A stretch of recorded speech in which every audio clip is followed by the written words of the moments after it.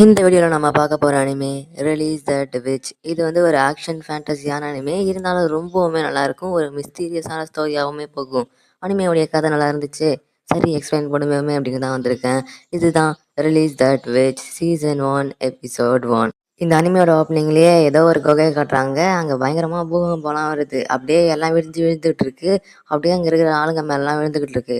ஆனால் அது வந்து நிறைய பேர் தப்பிச்சு வெளில அப்படியே ஓடி வந்துக்கிட்டு இருக்காங்க. அதில் வந்து ஒருத்தவர் மேலே அப்படியே பாறை விழுந்தது, அவர் ஆளே அந்த அந்த பாறைக்குள்ளே மாட்டிக்கிறாரு. அவர் அதில் தப்பிக்கணும் அப்படின்னு முயற்சி பண்ணுறாரு. பத்தாத வரைக்கும் அவர் வச்சிருந்த அந்த பணம் தங்கம் அதெல்லாமே அப்படியே கீழே விழுந்துடுது. ஆனால் அதை வந்து இன்னொருத்தர் இருப்பான், அவன் வந்து அவரை காப்பாற்றாம இந்த பணவெளியில் அந்த பணத்தையும் திருடிட்டு இவரை விட்டு ஓடிடலாம் அப்படிங்கிற மாதிரி முயற்சி பண்ணுறான். அதில் வந்து அவருடைய தங்கம் தானே, அதனால அவர் வந்து அவனை தடுக்க முயற்சி பண்ணுறாரு. அந்த நேரத்தில் வந்து ஒரு பொண்ணு இருக்கு, அந்த பொண்ணு அப்படியே திடீர்னு நேரத்தில் வரோட அங்கேருந்து அந்த ஆள் வந்து சூனியக்காரி, நீ ஒரு சூனியக்காரி அப்படிங்கிற மாதிரி சொல்கிறாரு. அப்படியே அந்த சீனை கட் பண்ணி இன்னொரு இடத்த காட்டுறாங்க. அந்த இடத்துல பார்த்தா அப்படியே அந்த ஒரு பொண்ணு இருக்கால, அவளை கட்டி போட்டு வச்சுருக்காங்க. அந்த பொண்ணுக்கு உடனே தூக்கு தண்டனை கொடுங்க, கொல்லணும், சாவு நீ அப்படிங்கிற மாதிரி அங்கே இருக்கிற மக்கள் எல்லாருமே அவளை பார்த்து பயங்கரமாக கோவத்தோட அவன் மேலே எடுத்து கல்லெல்லாம் தூக்கி இப்படி அடிக்கிறாங்க. கொடூரமாக அந்த பொண்ணை வந்து இப்படி ஏதோ ஒரு மிருகத்தை ட்ரீட் பண்ணுற மாதிரி பண்ணிகிட்டு இருக்காங்க. அதை பார்த்தா இன்னொரு மேலே இருந்த ஆள், இவர் வந்து லைக் கிங் மாதிரி, அவங்க கூட இந்த அமைச்சர் அந்த மாதிரிலாம் அந்த மாதிரி ஆள். இவர் வந்து இளவரசர் வந்து இந்த நியாயத்தை சொல்கிறதுக்கு அவர் கொஞ்சம் லேட் ஆகும், இன்னும் இப்போ அவர் வரமாட்டாருன்னு நினைக்கிறேன். ஏன்னா அவர் இந்த படுக்கையிலேருந்து எழுந்துச்சி வரமாட்டாருன்னு நினைக்கிறேன்.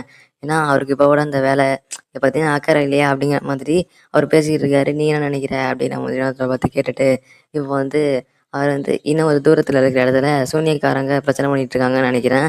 இளவரசர் வந்து இந்த இடத்துல ரொம்ப நாளாக இருக்க மாட்டார், அவர் போயிடுவார், நானும் கிளம்ப வேண்டியதாக இருக்கும் அப்படிங்கிற மாதிரி அவர் சொல்கிறாரு. இப்போ அப்படியே ஃப்ரெண்ட்ஸ் இருக்காங்களே, ஃப்ரெண்ட்ஸை அப்படியே காட்டுறாங்க. ஒருத்தவர் அப்படியே அந்த ஃப்ரெண்ட்ஸை கூப்பிட்றதுக்காக போயிட்டுருக்காரு. அப்படி போகும்போது அவருடைய ரூம்ல இருந்த இந்த மாதிரி ஒரு பொண்ணு வெளில வரா. அதாவது பணிப்பெண் இந்த மாதிரி ஸ்லேவ் அந்த மாதிரி அந்த பொண்ணு அப்படியே வெளில வந்துட்டு ஒரு வித்தியாசமாக லுக்கை விட்டுட்டு அவளுமே போகிறா. அதுக்கடுத்து தான் இங்கே இந்த ஆளுமே போகிறாரு. போய் பார்த்தா அந்த பிரின்ஸ் இருக்காங்க, அப்படியே அவன் தூங்கிக்கிட்டு இருப்பான். இவருமே வேக வேகமாக போய் அந்த பிரின்ஸை கூப்பிடுவாரு. கூட்டனே அந்த பிரின்ஸுமே ஏஞ்சிருக்கிறான். அவன் ஏஞ்ச வேகத்தில் இந்த உலகத்தையே ஏதோ புதுசாக பார்க்குற மாதிரி ஒரு வித்தியாசமாக அவன் மைண்டுக்குள்ளே பார்த்துக்கிறான். பாரோ, நீங்கள் பாரோ தானே அப்படின்னு. ஆமாம், நான் தான் பாரோ, உன்னுடைய வேலைக்காரன் அப்படிங்கிற மாதிரி அந்த வயசானவருமே சொல்கிறாரு. சரி, சூனியக்காரி உடனே இருக்கா, அவள் உடனே தூக்கு தண்டனை கொடுக்கணும், மக்கள் எல்லாமே உங்களுக்காக தான் காத்துக்கிட்டு இருக்காங்க, உடனே வாங்க, அவங்களுடைய நீதியை சொல்லுங்கள் அப்படிங்கிற மாதிரி கூப்பிடுறாரு. சரி, இப்போ முதல்ல வேலையை பார்க்கும் அப்படின்னு அந்த இளவரசருமே எஞ்சி போறாரு. அங்க இருக்கிறவங்க எல்லாருமே அந்த பிரின்ஸை பார்த்துட்டு பயங்கரமா அப்படி இளவரசரே வாழ்க அப்படிங்கிற மாதிரிலாம் சொல்லி ஜாலரா போட்டுக்கிட்டு இருக்கானுங்க. இது மாதிரிலாம் நடக்கும்போது அப்படியே வந்து கீழே அந்த பொண்ணு இருக்கால, அந்த சூனியக்காரி மாதிரி இருக்கிற அந்த பொண்ணுமே கட்டி போட்டு வச்சிருக்காங்க. என்ன, சூனியக்காரியை கொல்லணுமா அப்படின்னு சொல்லிட்டு நான் தீர்ப்பை ஒத்தி வைக்கிறேன், அப்புறம் இந்த விஷயத்தை நம்ம பார்த்துக்கலாம் அப்படின்னு சொல்லிட்டு போறாரு.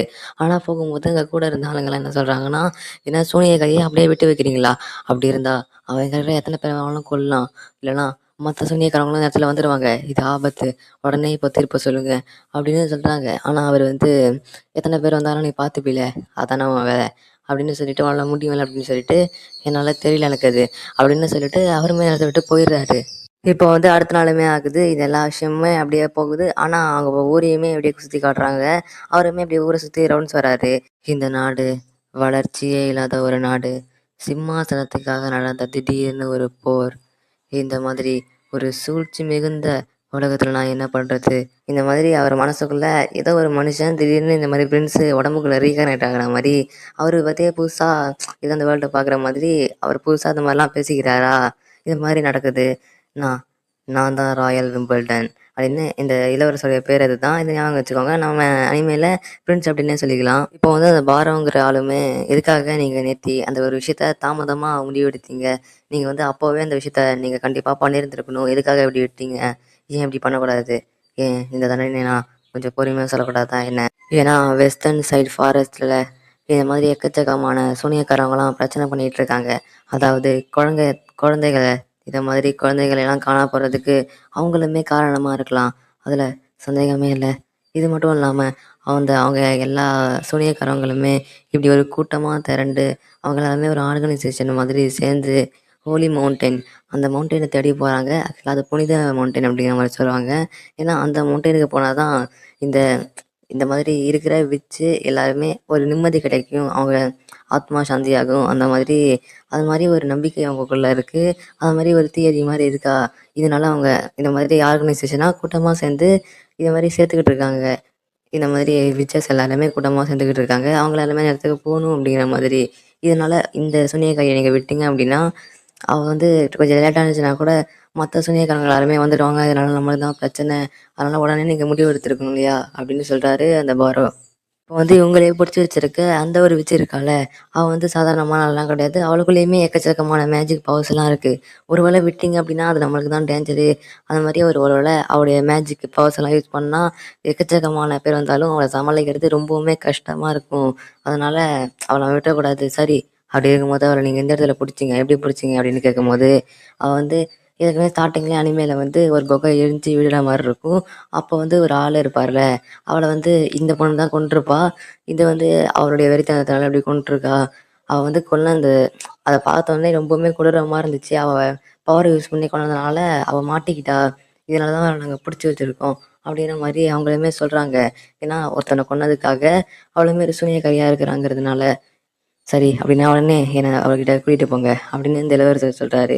என்ன இது ஆபத்து அப்படின்னு சொல்லும்போது அவங்களுமே போகிறாங்களா. இந்த ஒரு பேஸ் டவுன் மாதிரி இருக்க இந்த இடத்துல அதாவது லாக்கப்பில் தான் அந்த பொண்ணையுமே இப்படி வச்சுருந்துருக்காங்க. அப்படின்னா அதனால எந்த பிரச்சனையுமே இருக்கக்கூடாது அப்படின்னு. என்ன அப்படி இருக்கும்போது இவங்க இந்த மாதிரி சூனியக்காரங்களாம் எதுக்காக நீங்கள் தூக்கு மாட்டி கொள்றீங்க, நெருப்பை வச்சு கொள்ளாமே அப்படின்னு கேட்கும்போது இந்த நெருப்பினாலாம் சூனியக்காரங்களுக்கு எதுவுமே ஆகாது அப்படிங்கிற மாதிரி அவங்க சொல்கிறாங்க. சரி, அப்படி இருக்கும்போது எத்தனை சூனியக்காரங்க வந்தாலும் நீங்கள் பாதுகாக்கணும்ல. இந்த மக்களை பாதுகாக்கிறது சிப்பாயா அவங்களுடைய வேலை. என்னதான் இருந்தாலும் அத்தனை பேர்லாம் நல்லா பாதுகாக்க முடியாது. அவங்களாம் ரொம்பவுமே பலசாலியாக இருப்பாங்க. அப்படின்னா உங்களுடைய வீரத்தை வந்து பலம் இல்லாதவங்ககிட்ட தான் காட்டுவீங்களா என்ன, அவருடைய நீதியெல்லாம் அப்படின்னு சொல்லிட்டு அவங்களுமே அந்த சூனியக்காரங்க கிட்ட போகிறாங்க. அப்படி போகும்போது அவளை கட்டி போட்டு அப்படி வச்சுருந்துருக்காங்களா. அந்த பொண்ணு லேசாக அசைஞ்சதுக்கே எங்கே இருக்கவங்கலாம் நடுங்குவாங்க. அந்த கார்ட்டர் வேற அந்த பொண்ணு அப்படியே லைட்டாக அசைகிறதுக்கு கத்தியெல்லாம் தூக்குவான். ஏ கார்ட்டர் கம்முன்னு இரு அப்படின்னு மட்டும் சொல்லிட்டு அவருமே இந்த விட்சை நோக்கி போயிட்டுருக்காரு. அந்த விட்சுக்கிட்ட போய் நான் தான் இந்த கிரே கேஸ்டிலுடைய ஃபோர்த்து பிரின்சஸ், அது மட்டும் இல்லாமல் இங்கே ஒரு கிங்டமில் நான் தான் ஒரு பிரின்சஸாகவுமே இருக்கேன். என்னுடைய பேர் தான் ரொனல் விம்பிள்டன். இப்போ வந்து அவர் ஏனோ தானோன்னு முடிவெடுக்காம அந்த பொண்ணுக்கிட்ட வந்து உன்னுடைய பேர் என்ன அப்படிங்கிற மாதிரி கேட்பாரு. அதுக்கு வந்து என்னுடைய பேர் ஆனா. சரி அப்படின்னா அந்த கேவில் என்ன நடந்துச்சு அப்படிங்கிறத எனக்கு புரிகிற மாதிரி விளக்கமாக சொல்லு அப்படின்னு கேட்குறாரு. நாங்கள் எல்லாரும் அந்த சுரங்கத்தில் தான் வேலை பார்த்துக்கிட்டு இருந்தோம். எங்கள் அப்பாவும் அங்கே தான் அவருடைய சன்மானத்துக்காக வேலை பார்த்துக்கிட்டு இருந்தார். திடீர்னு அந்த குகையுமே பூகம்பம் மாதிரி இடிஞ்சு விழ ஆரம்பிச்சிருச்சு. அது எங்கள் அப்பா காலில் விழுந்துருச்சு. அவரால் அதோட நகர முடியல. அவர் அதே இடத்துலயே மாட்டிக்கிட்டாரு. அதனால் அவர் வச்சுருந்த அந்த வாழ்நாள் சேமிப்பை அதை வந்து ஒருத்தன் திருடிட்டு போடலாம் அப்படிங்கிற மாதிரி முயற்சி பண்ணான். அதனால அது மட்டும் இல்லாமல் எங்கள் அப்பா வந்து அவன் அடித்து கொல்லணும் அப்படின்னு முயற்சி பண்ணான். அதனால தான் அவனை நான் கொன்னுட்டேன். சரி, அப்படி இருக்கும்போது நீ எப்படி தான் மாட்டின அப்படின்னு கேட்கும்போது என்னை பற்றி ஒருத்தவங்க ரிப்போர்ட் பண்ணாங்க. சரி, ரிப்போர்ட் பண்ணாங்களா, யார் அது அப்படின்னு கேட்கும்போது அந்த பாரோ யார் அப்படின்னா இவங்களுடைய அப்பா தான். என்ன, இவருடைய அப்பாவா அப்படின்னு கேட்கும்போது ஒருவேளை அவர் வந்து இந்த சன்மானத்துக்காக கூட பண்ணியிருந்திருக்கலாம். ஏன்னா இப்படி ஒரு விட்சை பிடிச்சி கொடுக்கும்போது அவங்களுக்கு வந்து 25 கோல்டு கிடைக்கும். இதனால கூட அவரு அந்த பணத்துக்காக இந்த சூனியக்காரிய மாட்டி விட்டுருக்கலாம். அவர் பயந்து கூட மாட்டி விட்டுருக்கலாம் அப்படிங்கிற மாதிரி சொல்லுவாரு. இப்போ அந்த பிரின்ஸ் வந்து தனி ஆளா இருந்து எப்படி அந்த ஆளை கொன்ன, அதனால எப்படி முடிஞ்சிச்சு அப்படின்னு கேட்கும்போது நீங்க எல்லாரும் அந்த டெவில் பவர் அப்படின்னு சொல்லுவீங்க. இந்த மாதிரி சொல்லும்போது அவருமே அந்த பிரின்ஸ் பயப்படாம அவகிட்ட போய் அப்படின்னா அந்த பவரை நீ என்கிட்ட காட்டு. அங்கே இருக்கவங்க எல்லாருமே தடுப்பாங்க. ஒருவேளை அதை காமிச்சா அது உங்களுக்கு ஆபத்தாக கூட முடியலாம். உங்களுடைய ஆர்வமே உங்களை கொன்னுடும் இளவரசே அப்படின்னு அந்த விட்டு சொல்ல, கடவுளுடைய கேடயத்தினால அவளை நம்ம அடக்கி வச்சிருக்கோம். ஒரு வேளை விட்டா அது நம்மளுக்கு ஆபத்தா முடியும் அப்படின்னும் சொல்றாங்க. அந்த பொண்ணுமே அப்படியே அழுக ஆரம்பிச்சிடுறா. சரி, இப்போ பார்க்கும் நீ உண்மையாலுமே நல்லவளா, இல்லைனா நல்லா நடிக்க தெரிஞ்ச சூனியக்காரியா அப்படின்னு உடனே அந்த சூனியக்காரி கிட்ட போய் அந்த லாக்கெட்டை பிச்சிடுறாரு. பிச்ச பக்கத்தில் அந்த சூனியக்காரியுடைய பவர் எல்லாமே ரிலீஸ் ஆகுது. அங்கே இருந்தவங்களுமே அந்த ஃப்ரெண்ட்ஸை வெளியே கூட்டிகிட்டு போயிடுறாங்க. பார்த்தா அங்கே அந்த சூனியக்காரியோட பவர் வந்து ஒரு ஃபயர் மாதிரி டோட்டலாக அந்த இடத்துலயே அப்படியே கொழுந்து விட்டு எரியுது. ஆனால் அவள் இருந்த அந்த இடத்த விட்டு அந்த பவருங்கிறது வெளில வரல.